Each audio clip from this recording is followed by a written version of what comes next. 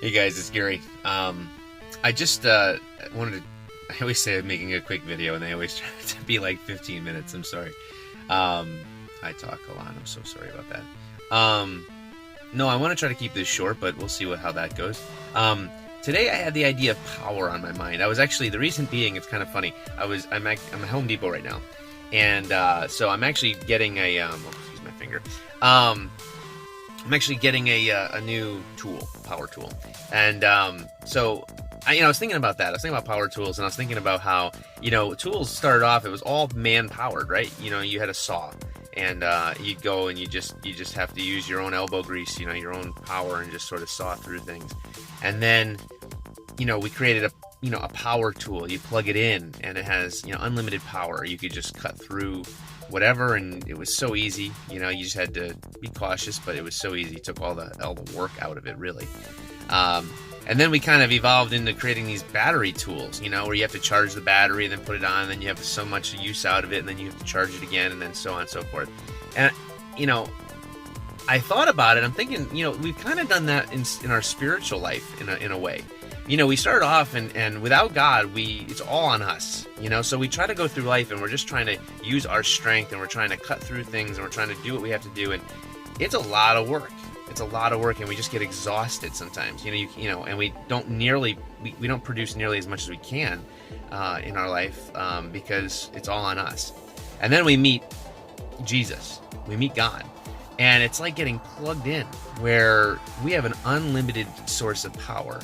But unfortunately, we also have made it this sort of battery system in Christianity, in the faith, where we have to constantly recharge, and then we empty, and then we recharge, and we empty, so that instead of being locked into God and doing things like praying without ceasing, or really having that all the time walk with God where we're plugged into Him, we're also limited by the cord where He has us.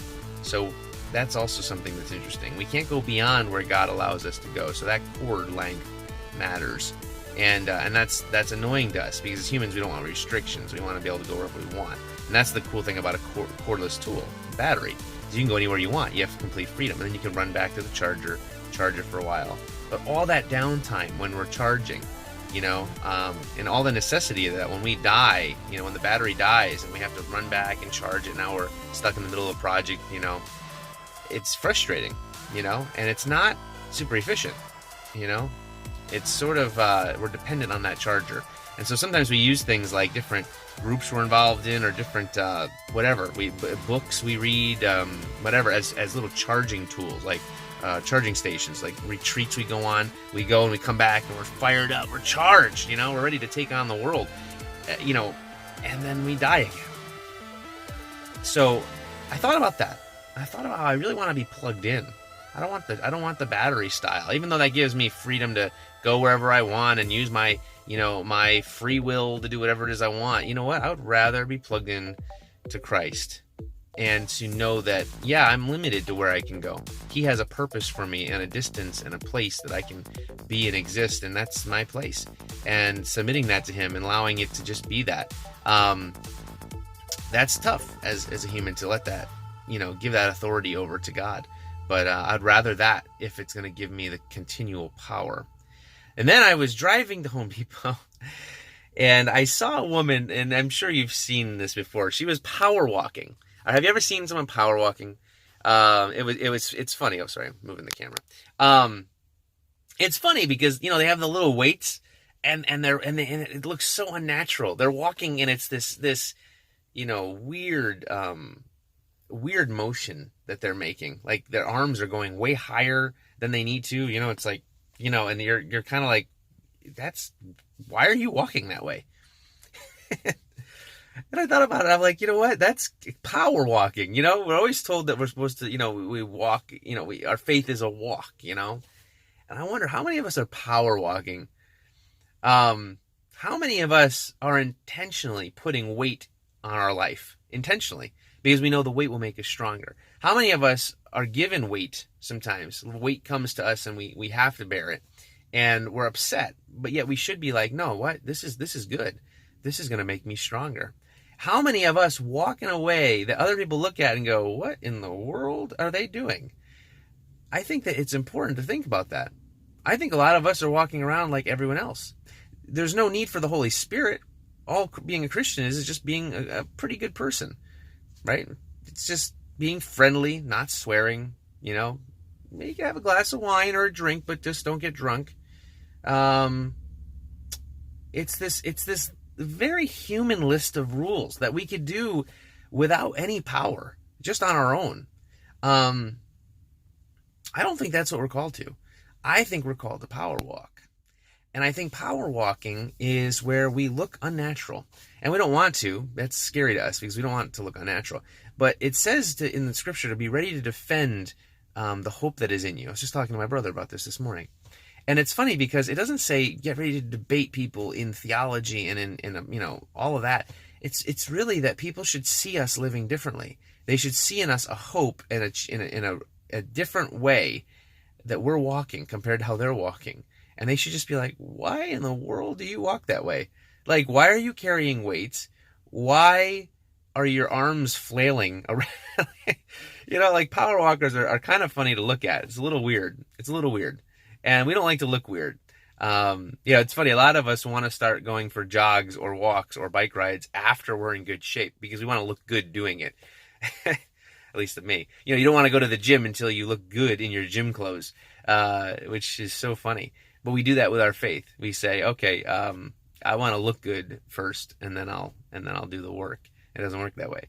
So I want to encourage you, number one, not to settle for the battery pack model. Okay, be plugged in. Also, don't settle for the doing it on your own. Everyone thinks that's so admirable. I'm gonna be tough. That's great, and you know what? Yeah, it's admirable, but it's inefficient. You don't need to be that way. God has given us a different way to live. And the whole do it on your own, I can, power my way through this. Yeah, that's fine. But you know what? I would much rather have the power saw or the power drill than to do it just by my own strength. And then the battery packs, it's great in a shop and in life. But as far as spiritually speaking, you don't want to have to run back and forth to the charger constantly. Just stay plugged in.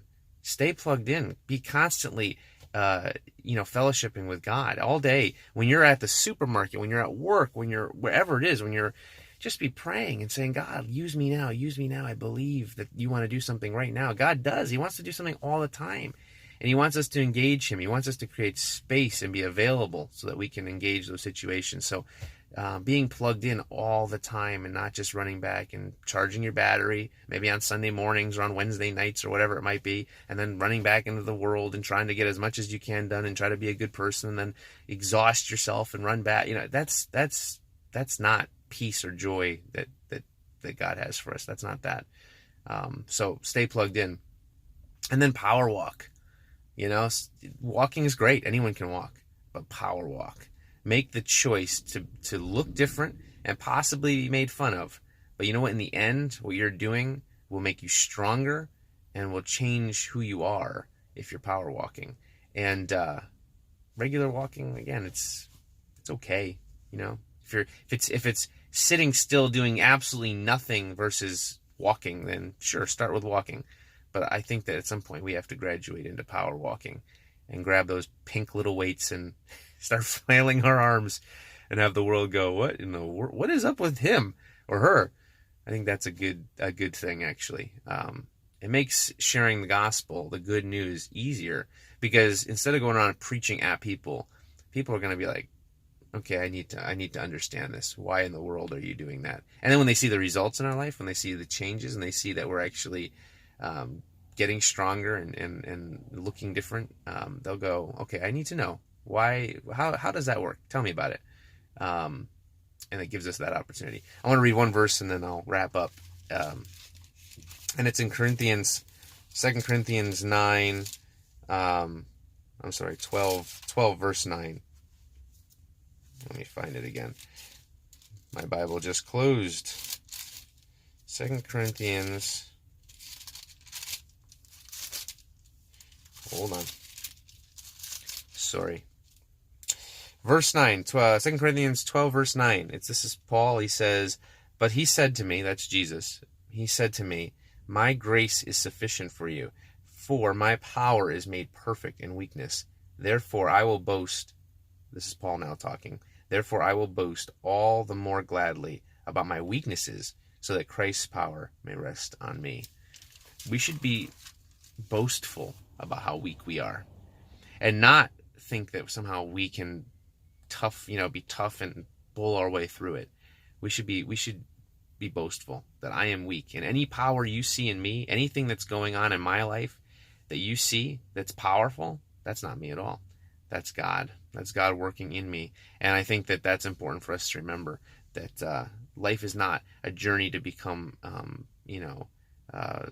empowered and self-help and I'm going to be a strong person. It's about dependency on God, and it's about realizing that brokenness leads to strength.